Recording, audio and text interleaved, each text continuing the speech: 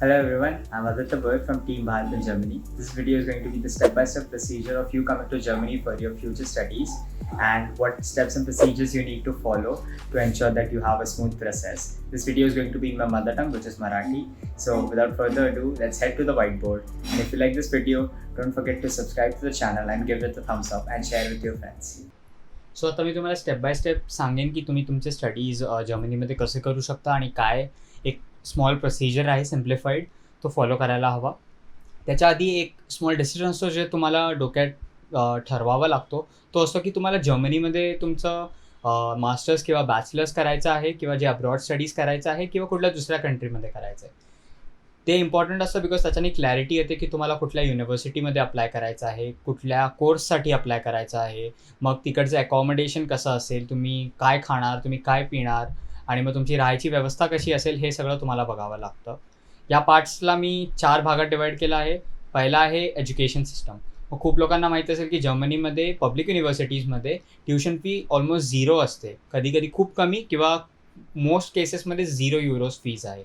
म्हणजे तुम्हाला काही ट्युशन फी द्यावी नाही लागत. तेच तुम्ही US मध्ये कम्पेअर कराल तर इंडियन रुपीजच्या इक्विव्हॅलंटमध्ये तुम्हाला खूप टेन्स ऑफ लॅक्स ऑफ पैसे भरावे लागतात.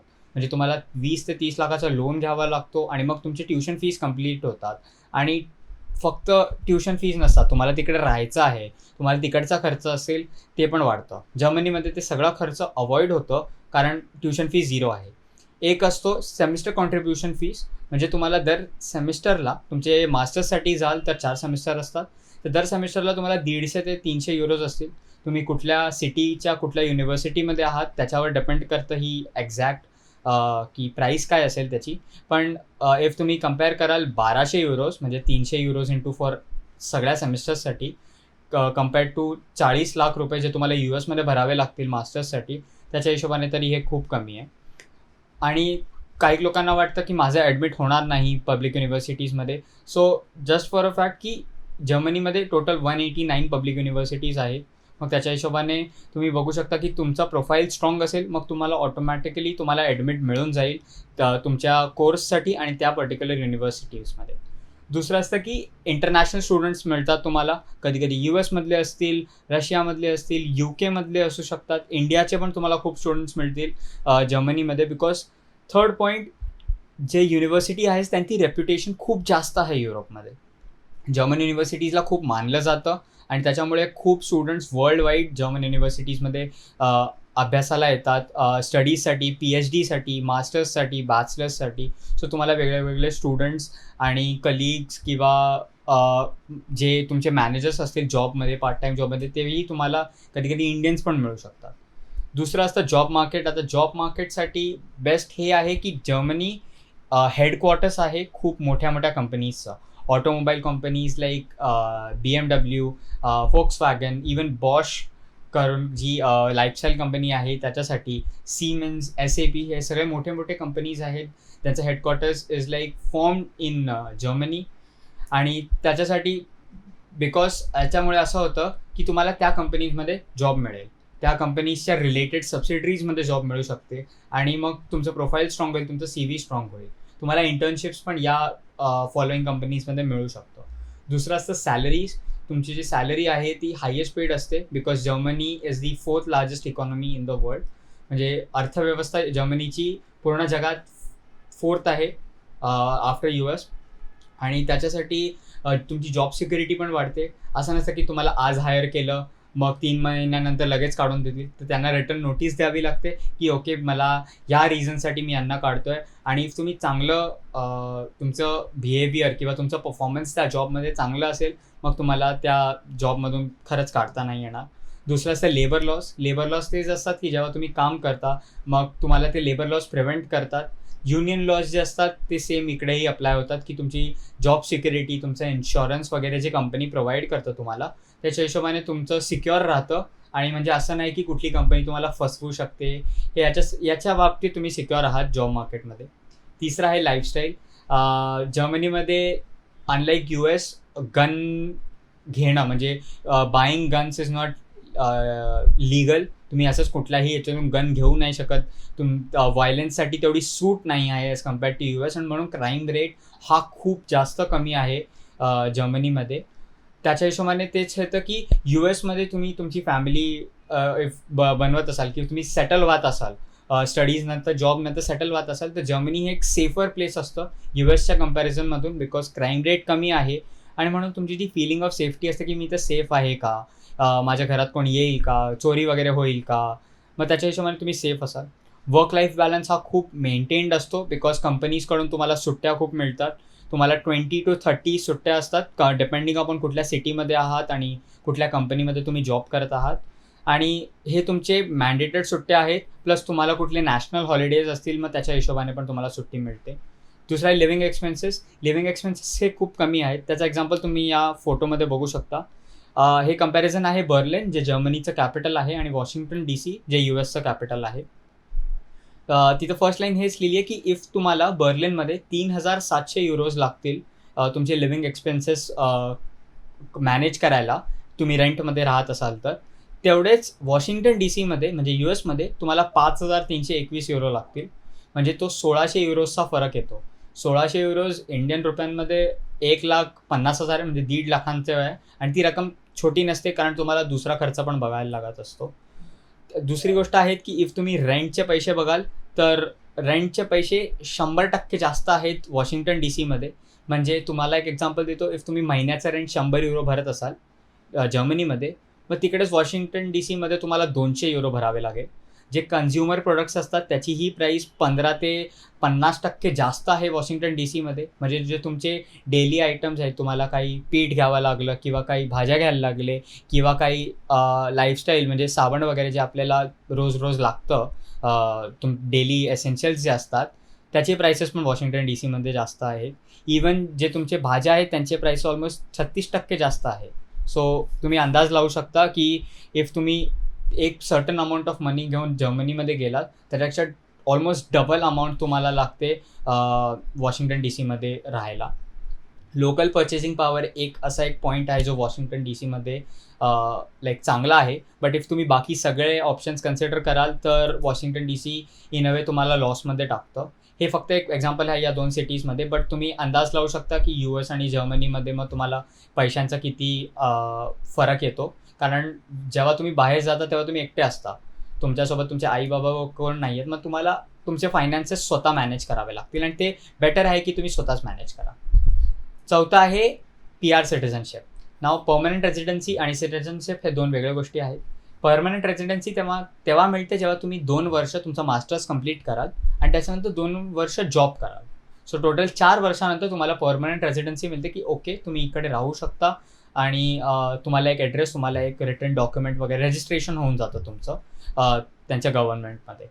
आणि इफ तुम्हाला सिटिझनशिप हवी असेल जर्मनीमध्ये, मग तुम्हाला टोटल 8 वर्ष थांबायला लागतात. सो इट्स 2 वर्ष तुमच्या स्टडीजचे, 2 वर्ष तुमच्या PRचे म्हणजे जेव्हा तुम्ही जॉब कराल ते, आणि 4 वर्ष परमनंट रेसिडेन्सी नंतर. सो इन टोटल तुम्हाला 8 वर्षात सिटिझनशिप मिळते. तर दुसरं आहे अप्लाइंग टू जर्मन युनिव्हर्सिटीज. आता जर्मन युनिव्हर्सिटीजमध्ये अप्लाय करायला तुम्हाला वेगवेगळे एक्झाम्स द्यायला लागतात किंवा तुम्हाला जर्मन जी आहे ते शिकावी लागते. सो पहिलं आहे की तुम्हाला जे बेसिक ॲडमिशन रिक्वायरमेंट्स आहेत त्याच्यासाठी एक फ्री ईबुक आहे आमच्या भारत आणि जर्मनीकडून. ती ईबुक आम्ही लिंकमध्ये टाकू, डिस्क्रिप्शनमध्ये असेल. ती ईबुक तुम्ही प्रेफर करू शकता. त्याच्यात तुम्हाला काय पर्सेंटेज लागतील, मिनिमम ग्रेड काय आहे, तुम्हाला वर्क एक्सपिरियन्स लागेल का, तुमचा पोर्टफोलिओ किती स्ट्रॉंग हवा ॲडमिट मिळण्यासाठी, हे सगळं लिहिलं आहे. दुसरं आहे जर्मन शिकण्याबाबत. तुम्हाला जेव्हा जर्मनीमध्ये जाल तेव्हा 2 ऑप्शन असतात. इंग्लिश टॉट प्रोग्राम्स, म्हणजे तुमचं जे मास्टर्स असेल ते इंग्लिशमध्ये शिकवलं जाईल किंवा जर्मनमध्ये शिकवलं जाईल. असं काही नाही की दोन्ही एक वाईट आहे आणि एक चांगलं आहे. पण तुम्ही जेव्हा जर्मनीमध्ये जाल तर जर्मन शिकणं हे चांगली गोष्ट असते, कारण जास्त अपॉर्च्युनिटीज मिळतात. इफ तुम्ही एक केस बघाल की एका मुलाला जर्मन येत नाही आणि एकाला जर्मन येतात, आणि तो कुठल्या तरी मीटिंगमध्ये बसलाय, मग ज्याला जर्मन येतं आणि इफ समोरचा जर्मनमध्ये बोलत असेल, मग इम्प्रेशन चांगला पडतो की ओके याला जर्मन येतं, हा माझ्या लोकल लँग्वेजमध्ये बोलतोय. सो आमच्याकडे ऑलरेडी एक A1 B1चा कोर्स आहे bharatandgermany.com वर. त्याची ही लिंक तुम्हाला डिस्क्रिप्शनमध्ये मिळेल. गोएत इन्स्टिट्यूट करून आहे, ते इंडियामध्ये खूप मेन सिटीजमध्ये आहे. फॉर एक्झाम्पल न्यू दिल्लीमध्ये पण आहे. तेही जर्मन क्लासेस घेतात आणि हे इंटरनॅशनली रेकग्नाइज्ड आहे. सो इफ तुम्ही त्यांच्याकडे जाऊन जर्मन शिकाल तर तुम्हाला खूप फायदा होईल, आणि ते ज्याचा जो सर्टिफिकेट आहे तोही इंटरनॅशनली एक्नॉलेज्ड आहे. तिसरं आहे languagepantheon.com. याचेही काही जे ब्रांचेस आहेत ते इंडियामध्ये आहेत आणि हे ऑनलाईनही तुम्हाला शिकायला मिळेल आणि याचे रिव्ह्यूजसुद्धा चांगले आहेत. सो तुम्ही लँग्वेज पॅन्थिऑन पण प्रिफर करू शकता. तिसरं आहे सिलेक्टिंग कोर्स आणि युनिव्हर्सिटी. मग कोर्सेस हे असतात की तुम्हाला डेटा सायन्समध्ये करायचं आहे, तुम्हाला एम्बेडेड सिस्टममध्ये करायचं आहे, इफ तुम्ही इंजिनिअरिंग बॅकग्राऊंडमधून येत असाल तर. मग त्याच्यासाठी तुम्हाला रिसर्च करावी लागते की ओके ही युनिव्हर्सिटी चांगली आहे, याच्या आजूबाजूला हे जॉब्स मिळतात, हे प्लेसमेंट प्रोसिजर्स वगैरे आहे, हे तुम्ही रिसर्च करू शकता. त्याच्यासाठी ऑलरेडी आमचा कोर्स आहे complete course of studying in Germany. याच्यात आम्ही तुम्हाला तुमच्या सगळ्या डॉक्युमेंट्स म्हणजे तुमचं प्रिपरेशनसोबत तुमचं मास्टर्स संपवपर्यंत आम्ही तुम्हाला फुल सपोर्ट देऊ. सो तुम्ही आमच्या कोर्समध्ये रजिस्टर करू शकता. आम्ही इवन तुम्हाला जे कोर्स गाईडलाईन्स आहेत की तुम्हाला काय करावं लागतं व्हिजा ॲप्लिकेशनसाठी, तुमच्या ब्लॉक्ड अकाउंटसाठी, त्याच्यावर मी थोड्या वेळात बोलणार आहे. त्या हिशोबाने आम्ही सगळी हेल्प करू तुम्हाला. लिंक डिस्क्रिप्शनमध्ये आहे, तुम्ही चेक करू शकता आमचा complete course for studying in Germany. दुसरी वेबसाईट आहे डार्टच्या पेजवर जाऊन तुम्ही युनिव्हर्सिटी सर्च करू शकता आणि बघू शकता की ओके ही युनिव्हर्सिटी आहे, याचे हे कोर्सेस आहेत, याची ही ट्युशन फीज आहेत, तुम्हाला कुठल्या युनिव्हर्सिटीबद्दल कुठले कोर्सेस ते ऑफर करतात सगळं इन्फॉर्मेशन DART.de वर दिसेल. हे झाले एक्झाम्सबद्दल. जे GRE, SAT, गेट वगैरे एक्झाम्स असतात, हे तुम्हाला जर्मनीमध्ये अभ्यास करायला यायचं असेल तर हे एक्झाम्स तुम्हाला द्यायला लागतात. IELTS पण एक एक्झाम आहे, त्याच्यात तुम्हाला इंग्लिश प्रोफिशियन्सी तुमची बघता येते, म्हणजे तुम्ही इंग्लिश किती चांगली बोलू शकता तेच इंग्लिश प्रोफिशियन्सी बघता येते तुमची. त्यासाठी आमच्याकडे एक फ्री ईबुक आहे 40 mistakes to avoid in IELTS. त्याच्याने तुम्हाला हेल्प होईल. IELTS एक खूप इझी एक्झाम असते, सो तुम्ही इझिली क्रॅक करू शकता आणि ही ईबुक तुम्हाला खूप हेल्प करेल. त्याच्यानंतर झालं तुम्ही एकदा बघितलं की ओके ही युनिव्हर्सिटी घ्यायची आहे. आता मी एक्झाम्पल देतो, मला टेक्निकल युनिव्हर्सिटी ऑफ म्युनिक घ्यायची आहे, मला त्याच्यातला डेटा सायन्सेसचा कोर्स घ्यायचा आहे. मग त्या सब्जेक्ट रिगार्डिंग काही रिक्वायरमेंट्स आहेत का, मला काही एक्स्ट्रा SOP बनवायचा आहे का, मला कुठला LOR बनवायचा आहे का, काही एक्स्ट्रा डॉक्युमेंट साईन करायचे आहेत का, ते तुम्ही त्या डार्टच्या वेबसाईटवर तुम्हाला इझिली दिसेल. तुम्ही आमच्या कोर्समध्ये असाल तर तुम्हाला ऑलरेडी ते आम्ही सांगू की ओके ही प्रोसिजर आहे, ते ऑलरेडी तुम्ही करून ठेवा. आता जे तुमचे फायनल डॉक्युमेंट्स आहेत ते काय असतील, एक आहे तुमचा SOP जे असतं स्टेटमेंट ऑफ पर्पज की तुम्हाला या युनिव्हर्सिटीमध्ये का जायचं आहे. दुसरा आहे तुमचा लेटर ऑफ रिकमेंडेशन, जे तुम्हाला तुमच्या युनिव्हर्सिटीजच्या किंवा तुमच्या तुम्ही जिथं जॉब करताय तिकडच्या मॅनेजर्स तुम्हाला हे लेटर ऑफ रिकमेंडेशन देतील. तिसरं आहे तुमचं CV मध्ये तुमचे वर्क एक्सपिरियन्स, तुमचं एज्युकेशन, तुमचे स्किल्स वगैरे लिस्टेड आउट असतील. लँग्वेज सर्टिफिकेट, इफ तुम्ही जर्मनमध्ये B1, B2 किंवा C1, C2 अशा एक्झाम्स दिल्या आहेत ऑलरेडी इंडियामध्ये असताना, मग ते सर्टिफिकेट्स तुम्ही पाठवायला हवेत. युनिव्हर्सिटी ट्रान्सक्रिप्ट्स असतात. युनिव्हर्सिटी ट्रान्सक्रिप्ट हे तेच आहे की तुमचे जेव्हा तुम्ही अप्लाय करताय तोपर्यंत तुमचे जेवढे पण रिपोर्ट कार्ड असतात ते एका फॉर्मल वेमध्ये तुम्हाला कॉलेज देतं आणि ते तुमच्याकडे ठेवायला हवे, जे तुम्ही तुमच्या जर्मन युनिव्हर्सिटीला पाठवाल. आणि नंतर आहे बॅचलर डिग्रीचं सर्टिफिकेट, किंवा तुम्ही कधी पास आउट होत आहात, तुम्ही कधी 4th इयरमध्येच अप्लाय कराल, और इफ तुम्ही जॉब झाल्यानंतर अप्लाय कराल मग तुम्हाला तुमचं बॅचलर डिग्रीचं सर्टिफिकेट पण पाठवायला लागेल. आता अप्लाइंग टू युनिव्हर्सिटीज अप्लाय करताना 3 वेज असतात. एक, तुम्ही ज्या युनिव्हर्सिटीमध्ये अप्लाय करायचं आहे तिथून डिरेक्ट अप्लाय करू शकता. त्यांच्याकडे एक फॉर्म वगैरे असतो, एक पोर्टल असतो ज्याच्यात तुम्ही सगळे डॉक्युमेंट्स अपलोड करू शकता, सगळे फॉर्म्स भरू शकता आणि मग डायरेक्टली तुमचं ॲप्लिकेशन त्यांच्याकडे निघून जातो. याचा सक्सेस रेट असतो तो जास्त असतो, पण त्याच्यासाठी तुम्हाला रिसर्च करायला लागेल की तुमचा पोर्टफोलिओ स्ट्रॉंग आहे का, तुम्हाला याच युनिव्हर्सिटीमध्ये करायचं आहे का. दुसरं आहे युनिअसिस्ट. युनिअसिस्ट हे एक असं पोर्टल आहे जे तुम्हाला हेल्प करतं. तुम्ही तुमचं जे पोर्टफोलिओ आहे ते युनिअसिस्टला पाठवाल, ते ॲनालाइज करतील तुमचा पोर्टफोलिओ आणि बघतील की ओके या स्टुडंटचा हे पोर्टफोलिओ आहे, यांनी या फील्डमध्ये इंजिनिअरिंग किंवा हे दुसरा अभ्यास केला आहे आणि त्याच्या हिशोबाने मग ते युनिव्हर्सिटीजला अप्लाय करतो. याच्यामध्ये कधी इफ तुमचा पोर्टफोलिओ थोडा वीक असेल तर रिजेक्शन मिळण्याचे चान्सेस जास्त असतात, पण इफ तुम्हाला हेल्प पाहिजे असेल, इफ तुम्ही जस्ट स्टार्ट आउट करत असाल तर युनिअसिस्ट तुम्हाला एक डिरेक्शन देऊ शकतं. तिसरं आहे युनिअसिस्ट प्लस युनिव्हर्सिटीचा पोर्टल. जेव्हा तुम्ही युनिअसिस्टमध्ये तुमचे डॉक्युमेंट्स अपलोड करतात तेव्हा तुम्हाला एक असं PDF मिळतं, एक म्हणजे एक सेट ऑफ डॉक्युमेंट्स मिळतील, म्हणजे तुमच्या कॅटेगरी हिशोबाने, तुमच्या अभ्यासा हिशोबाने तुम्हाला डॉक्युमेंट्स मिळतील की ओके तुमची ही फील्ड आहे, हे रेलेव्हंट कोर्सेस आहे. ते सेट ऑफ डॉक्युमेंट्स घेऊन पण तुम्ही स्वतः युनिव्हर्सिटीमध्ये पण अप्लाय करू शकता. सो याच्याने कसं होतं की तुमच्याकडे एक professional builded set of documents असेल आणि मग तुम्हाला हेल्प मिळेल की ओके मला या युनिव्हर्सिटीमध्ये अप्लाय करायचं आहे आणि मग तुम्ही डायरेक्टली अप्लाय करू शकता. चौथं येतं अप्लाईंग फॉर विजा. आता विजा तुम्हाला स्टुडंट विजा जो अप्लाय करायला लागतो त्यासाठी एक बेसिक फॉर्म आहे. हा तो फॉर्म आहे ॲक्च्युली. सो मी तुम्हाला गो थ्रू करतो. हा फॉर्म डिस्क्रिप्शनमध्ये असेल, सो तुम्ही गो थ्रू करू शकता या फॉर्मबद्दल. जर्मन एम्बेसीच्या वेबसाईटवरून घेतलेला आहे हा फॉर्म. सो तुमचा जो पासपोर्ट असेल तो तुम्हाला लागतो, जो व्हॅलिड असायला पाहिजे पुढचे 1 वर्ष, 1 वर्ष आणि मागचे 10 वर्षसुद्धा. तुमचा जो ॲप्लिकेशन फॉर्म आहे तो, तुमचं स्टेटमेंट ऑफ पर्पज की तुम्ही जर्मनीला का जात आहात, जे त्याला मोटिवेशन लेटर पण म्हणतात. आणि दुसरं असतं की तुमचं प्रूफ की तुम्हाला युनिव्हर्सिटीकडून ॲडमिट मिळालं आहे, त्याचा एक प्रूफ द्यावा लागतो. त्याच्यानंतर तुमचे दुसरे काही अकॅडमिक क्वालिफिकेशन्स आहेत का, म्हणजे तुमची बॅचलर्स डिग्री झाली, हे तुमचं प्रूफ तुम्हाला द्यायला लागतं विजा ॲप्लिकेशनसाठी.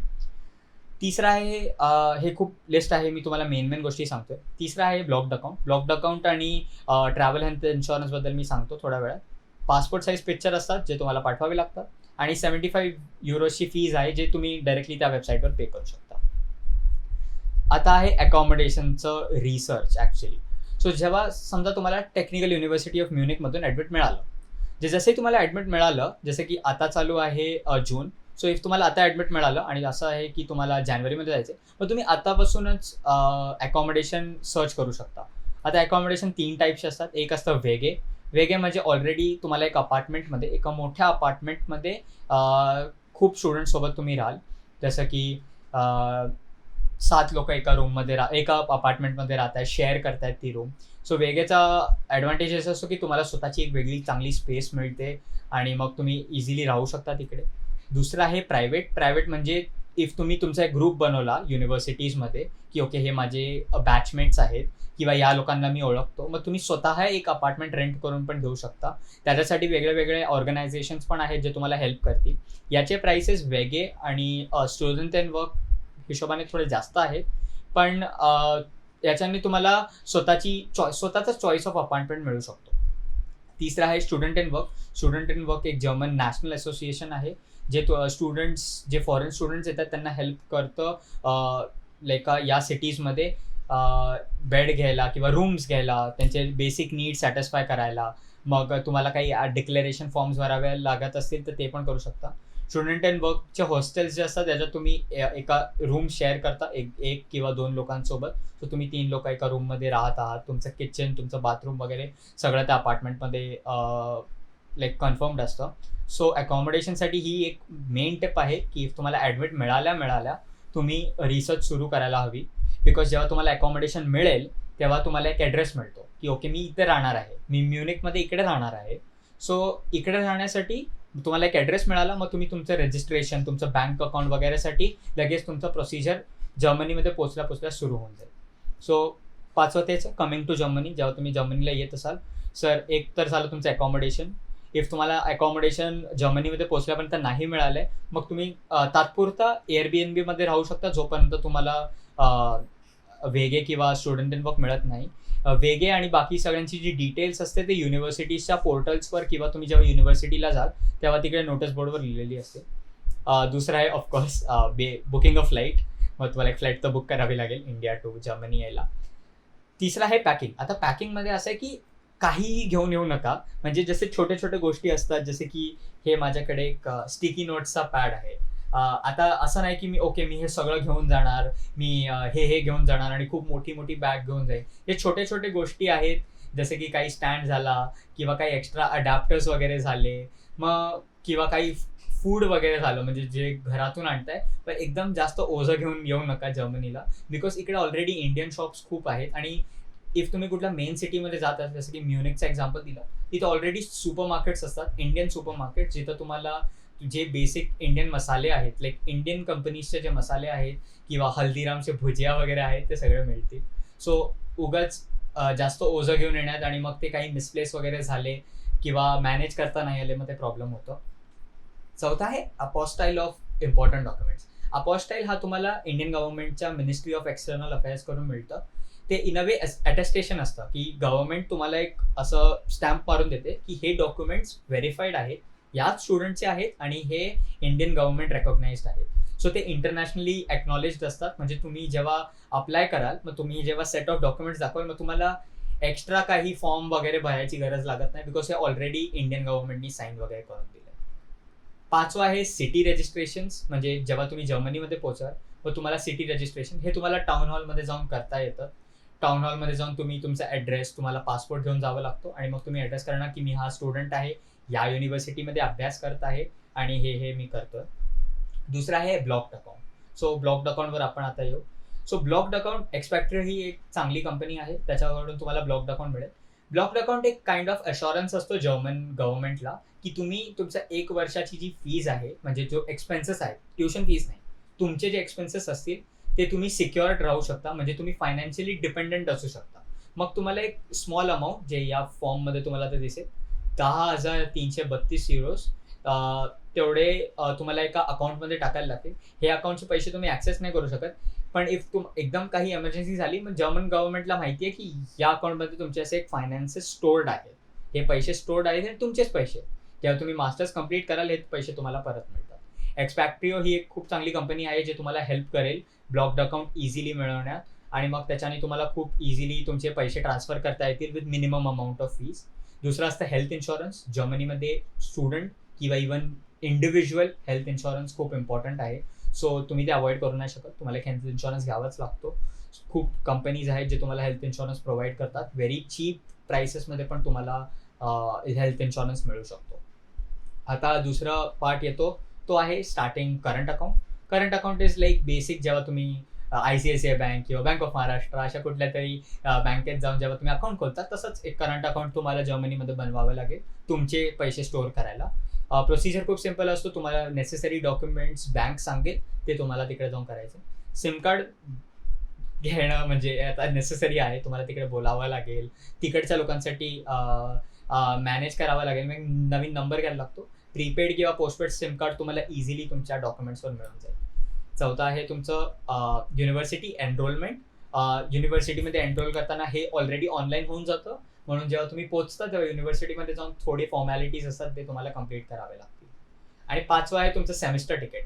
सेमिस्टर तिकीट ते असतं जसं मुंबईमध्ये तुम्हाला कॉलेजांना माहीत असेल की आपल्याला रेल्वे कन्सेशन मिळतो, तसं सेमिस्टर तिकीट तुम्हाला फ्री कन्सेशन असतो. तुम्ही कुठेही ट्रॅव्हल करू शकता युझिंग युअर सेमिस्टर तिकीट. म्हणजे या प्लेस टू या प्लेस तुम्हाला ट्रेनचे तिकीट ऑलरेडी युनिव्हर्सिटी प्रोव्हाइड करते, आणि याचे जे फीज असतात ते सेमिस्टर कॉन्ट्रीब्युशन फीजमध्ये, जे मी ऑलरेडी तुम्हाला इकडे वरती सांगितलेले 150 ते 300 युरोचे जे फीज असतात त्याच्यात ते कव्हर होऊन जातात, म्हणून तुम्हाला ती सेमिस्टर तिकीट मिळते.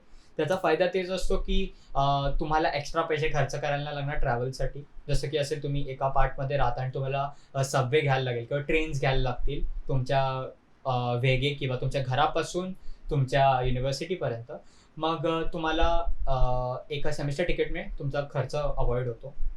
आता रिकॅप करण्यासाठी मी तुम्हाला एक शॉर्टमध्ये सांगतो. पहिलाच तुमचं डिसिजन, तुम्ही जर्मनी का चूज करायला हवी, तुम्ही कुठली दुसरी कंट्री घेणार आहात का अब्रॉड स्टडीजसाठी. मग एज्युकेशन सिस्टम जर्मनीचा खूप छान आहे, तुम्हाला जास्त पैसे तुमचे खर्च होत नाही आणि तुम्ही तेवढं डेटमध्ये नाही राहत, तुम्हाला तेवढं कर्ज भोगायला नाही लागत आफ्टर तुमचं मास्टर्स कंप्लीट झालं आणि तुम्ही जॉब सुरू करताय. दुसरा आहे जॉब मार्केट. तुमचं जॉब मिळण्याचे chances in a very reputed company, खूप मोठी कंपनीची इंटरनॅशनली ज्याचे ब्रांचेस इंडियामध्ये पण आहेत, त्याच्यात मिळण्याचे चान्सेस वाढतात. तिसरं आहे लाईफस्टाईल. तुमचं राहण्याचं जे क्वालिटी असेल, क्वालिटी ऑफ लिव्हिंग, ते खूप छान होईल जर्मनीमध्ये. आणि सिटिझनशिप आणि PR खूप इझिली मिळतं. सो तुम्हाला 8 वर्षात तुमची सिटिझनशिप आणि PR मिळून जाईल. त्याच्यानंतर आहे तुम्ही जर्मन शिकायला हवं आणि युनिव्हर्सिटीजबद्दल रिसर्च करायला हवं. तुम्हाला जे बेसिक ॲडमिशन रिक्वायरमेंट्स आणि IELTSबद्दल काही इन्फॉर्मेशन हवी असेल तर ती ई-बुक डिस्क्रिप्शनमध्ये आहे. नंतर तुमचे डॉक्युमेंट्स प्रॉपरली प्रिपेअर्ड असायला हवे, SOP, LOR, CV, सर्टिफिकेट्स वगैरे. आणि मग तुमचे जो कोर्स आहे त्याच्या रिलेटेड कुठले रिक्वायरमेंट्स आहेत का तेही तुम्ही बघायला हवे. मग युनिव्हर्सिटीमधून तुम्ही कसं अप्लाय करताय, डायरेक्टली करताय किंवा युनि असिस्टनी करताय, तेही तुम्ही नीट करायला हवे. विजा ॲप्लिकेशन पण तुम्ही नीट भरा, बिकॉज विजा ॲप्लिकेशन इम्पॉर्टंट असतो. हे सगळे गोष्टी तुम्ही नीट भरा आणि नीट सबमिट करा गव्हर्नमेंट्सला, जर्मन आणि इंडियन गव्हर्नमेंट, सो दॅट तुमचा प्रोसेस खूप स्मूथली जाईल. या सगळ्या प्रोसेससाठी, हे जेवढं पण मी एक्सप्लेन केलं, या सगळ्या प्रोसेससाठी आमचं ऑलरेडी इकडे कोर्स आहे, complete course for studying in Germany. त्याच्यात तुम्हाला सगळी हेल्प मिळेल. हा जो कोर्स आहे academy.bharatandgermany.com वर तुम्ही जाऊ शकता आणि एनरोल करू शकता. तुम्ही एक जॉब करत असाल की तुम्ही आता सेकंड इयरमध्ये तरी असाल, तेव्हाही तुम्ही हा कोर्स एनरोल करू शकता. आम्ही तुम्हाला सगळी हेल्प करू. तुम्हाला ऑलरेडी सगळे कोर्स कॉन्टेंट मिळतील की काय प्रिपेअर करायचं, तुमचं LOR, तुमचं CV कसा असायला हवं, अप्रोच कसं करायचं युनिव्हर्सिटीजला आम्ही हेल्प करू. या कोर्समध्ये तुम्ही अप्लाय करू शकता. लिंक डिस्क्रिप्शनमध्ये असेल. सो इफ तुम्हाला ही व्हिडिओ आवडली असेल तर तुम्ही शेअर करा तुमच्या दुसऱ्या मराठी भावबंधूंसोबत आणि भारत इन जर्मनी चॅनलला सबस्क्राईब करा. आता मी विदा घेतो.